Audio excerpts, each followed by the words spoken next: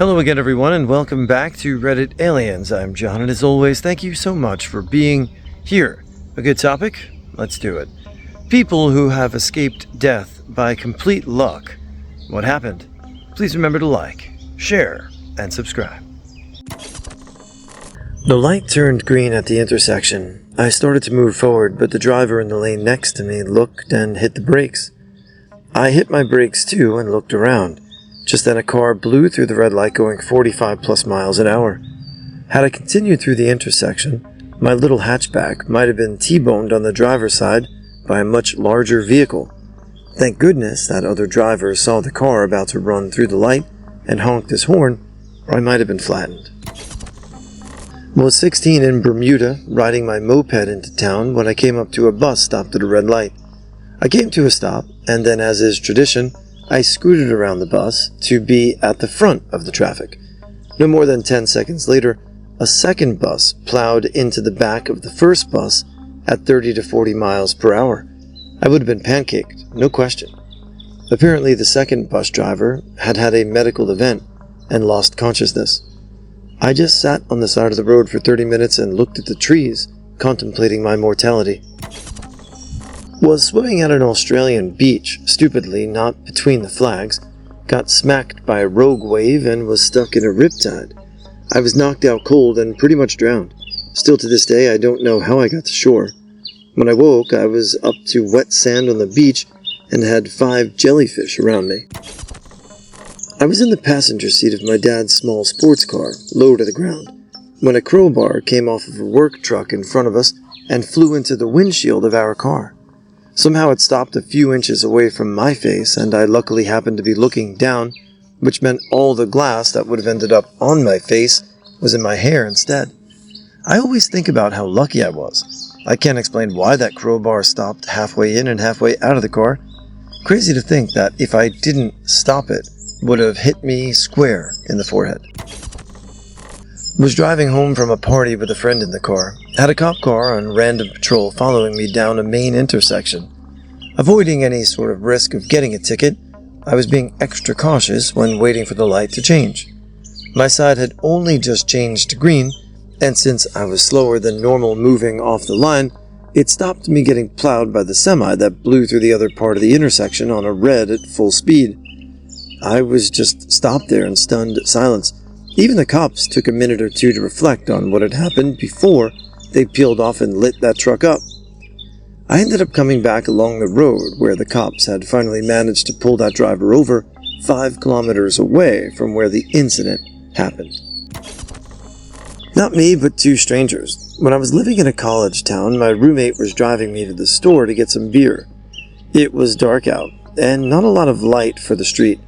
These 2 people started crossing the street and were right in front of us at a light turned green.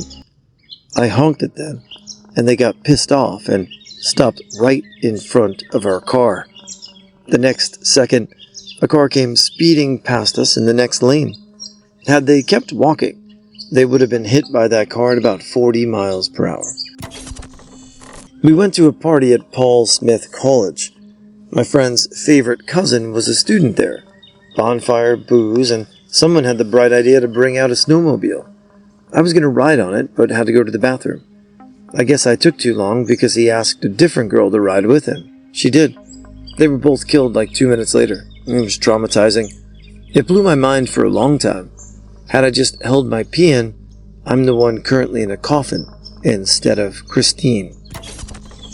Not me, but my father tells the story of driving along a bush road in Bougainville before the revolution there. He was in the car with my mom, baby me, and my 5-year-old brother. There was a cardboard box on the side of the road, blowing a bit in the window, like an empty shipping box type thing, and he was going to run over it to amuse my little brother. At the last moment, he pulled away though, worried about there being something inside of it. As we drove past, he looked back in the rearview mirror and saw 2 little kids crawl out of the box and look after him as we drove down the road. I was at an indoor shooting range testing a potato cannon, don't ask. I was leaning against the stall wall with my hand behind my head while my buddy took a shot with it. Suddenly I felt a pinch or burn sensation on my wrist. I took a look at my arm to see blood streaming from a half-inch deep hole in my wrist. The idiot in the stall next to me wasn't sure if his handgun was empty, so he did the most logical thing. He pointed it at the stall wall and pulled the trigger. The bullet grazed my wrist about 3 inches from my head. That's the only time I've ever seen an RSO tackle someone. There's a post on my profile with pictures. You'll have to sort by top to find it, though. Yeah, I've seen my share of foolishness at shooting ranges, but that would be in my top 5 as well. Scary moment, and glad you're okay. Some people are pretty foolish. I'll try to make a long story short. My ex-wife and her boyfriend she had behind my back tried to hire someone to kill me so that she could have my life insurance and there wouldn't be a custody battle over our daughter like there would be if she just left me. Luckily for me, the guy they hired to do the job was an undercover deputy working a completely unrelated case against a drug-selling gang her boyfriend belonged to. Yeah, finding out about all this was a nice surprise. I had absolutely no clue. The boyfriend got 10 years because the gun he gave the deputy to kill me was stolen, and he had other stuff related to the gang on him. She got 5 years for conspiracy and was released after 3. Car accident, moped versus Oldsmobile. I was the moped driver. Straight road car turns from the oncoming lane across traffic. Being a newish motorcycle driver, moped, I knew enough to know I was effed. But instead of putting it down or turning or anything, I took my hands off the steering and wrapped my head as I impacted, no helmet, inverting both knees on the handlebars, breaking the key off inside my right knee, and dislocation of my right shoulder as I spun into the windshield, shattering the windshield and dislocating my hip on the concrete. My ignorance saved my life. A seasoned rider would have put the bike down and likely been run over. And my taking the hands off the steering saved my fingers, saved my head and neck to an extent, and the shoulders. My right was the arm that wrapped my head first, and the impact dislocation, it would have been my head if I hadn't. Impact speed was 50 miles per hour. Not a single bone broken, but permanently effed my back, and realistically I should be dead. While whitewater rafting, my raft was going through rapids when I got ejected from the raft and sent underwater. I swam up and hit my helmet on a rock. It was pretty dark and murky. That's when I realized that I had been pushed by the current either underneath a rock outcrop or into an underwater cave. I'm not really sure which. Trying my best not to panic, I did the only thing I could think of.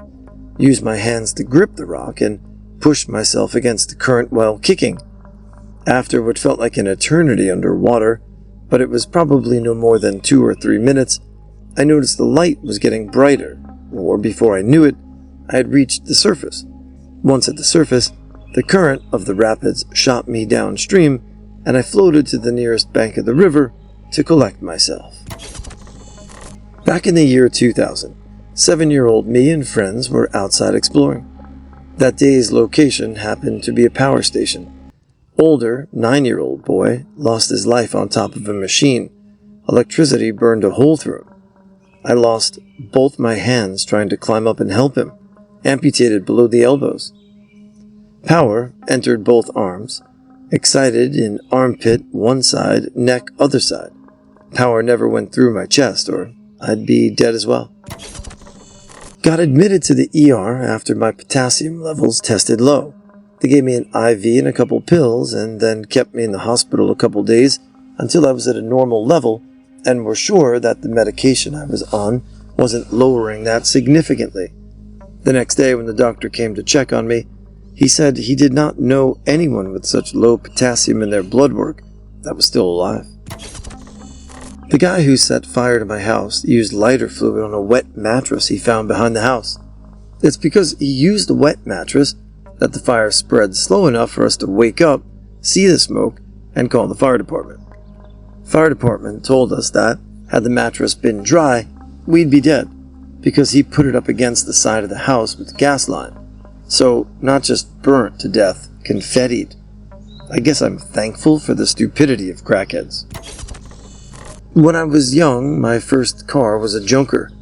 The driver's seat was held upright by a 2x4 wedged against the back seat. If you took it out, the seat went flat, below the window line of the car. I was working nights and fell asleep behind the wheel and woke up to the roof of my car about 2 inches from my nose and the fireman betting how many pieces my body was in. I politely told them to be careful I was still alive. Walked away with a few cuts from the glass. My car had flipped sideways on a country highway by a bridge ravine and gotten wedged between two trees. Apparently the other miracle is the way it was wedged. All the gas drained out of the tank, so it didn't go kaboom. 3 times come to mind for me. First, drunk driver was going 100 miles per hour plus, hit my vehicle.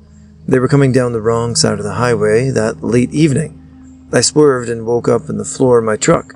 Second, working in a restaurant, glasses straight out of the dishwasher, grabbed 2 out of the rack for a table, and 1 sheared at the base, fell and hit my wrist. 3 tourniquets at different spots on my arm later. They were able to stop the bleeding. I was wearing a watch with a metal band, and that stopped the glass from cutting further. Third, found out I had Hodgkin's lymphoma. Doctor said another 2 to 3 months without treatment, and I'd have been dead. Finished chemo last month and in remission. Anyone know a good gift for their guardian angel? Mine has been working overtime. Driving at night on a dark, small back road, trees on both sides. With me were 3 ladies who were just telling me that these roads were so dangerous because this time of year, farmers come bolting down the road with their heavy, who needs lights YOLO machinery. In the corner of my eye between the trees, I see a little reflector. The reflector is low to the ground, but suddenly I realize it's moving toward the road I'm on, and I brake the car in a reflex.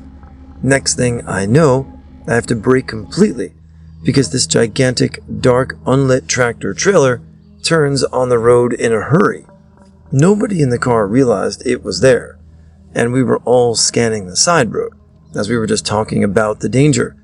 If I would have continued driving, I would have driven the car into that thing without knowing what happened to me.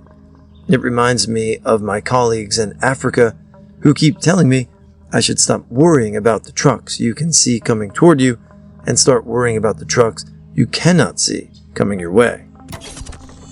Got clotheslined by a fence on a 4-wheeler right across the neck. These old peckerheads had an effing pot patch in the mountains, so they had roped off the trail not with a fence, but with a single wire that you couldn't see until you were right up on it. Just textbook hillbilly shit. Anyways, because I'm deaf in one ear and the engines were loud, I couldn't hear my mom warning me, so I didn't tense up. And the shit ragdolled me instead of breaking my neck. This is incidentally also the story of why I don't ride on the back of any ATVs, bikes, etc. My own damn mom nearly killed me, so I sure as hell don't trust anyone else. I drive, no compromising.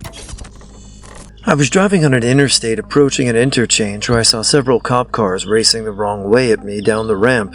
I was so focused on where they were going to go and how I could get out of their way that I didn't see the car that was running from them barreling at me in the left lane. Thankfully, I chose the right shoulder and didn't get in the left lane or I would have been hit head on. I watched in horror behind me as that car ended up crashing into a semi that tried moving to the left shoulder to avoid him.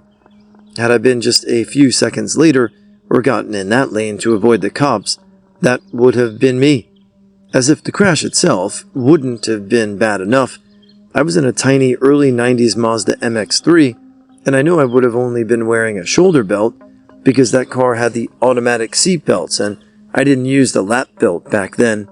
Would have been my last day for sure, so no idea what pushed my wheel to the right side, but I'm lucky it did. My best was the morning that I showed up at urgent care at a hospital featuring a burst pupil and a fever that should have been impossible to survive. I'd been treating some ugly symptoms with the gym for a couple of years, but however, surprisingly, working out isn't how you fix brain cancer. Shortly before that occurred, I woke up one night to floodlights and tones. I felt so much pain and sickness that it seemed like I'd die, and I didn't know the woman telling me to come with her. But it felt like it was a dream, so I did, and realized as we were climbing into an ambulance that she was the medic I'd been running with for a long time. I still felt awful, but it was a lot better by the time we were on scene. I had to cut a car, but we drove back. I was feeling well. I still suspect that hydrocephalus would have killed me that night, and it hadn't been for that call. For months before that, I'd been losing my radial pulse when holding still too long. A couple runners up, very first house fire, as a new firefighter, beams struck inches on either side of me but didn't hit me directly. While looking for the source of a fire, my officer and I discovered that we were standing on an incredibly hot floor. Anaphylaxis from a handful of causes. Before my second craniotomy, medical aid in dying was on the table, as in my cancer was expected to be far more malignant. I considered it very carefully. Armed, drunken redneck who forgot he called 911. Drunk driver deciding to plow through the scene of a vehicle extrication while I was cutting the car. Multiple drunks with knives and one with a bloody short of glass. Severe autoimmune disease as a small child. Asthma as an older child. A couple of near drownings in the ocean and white water.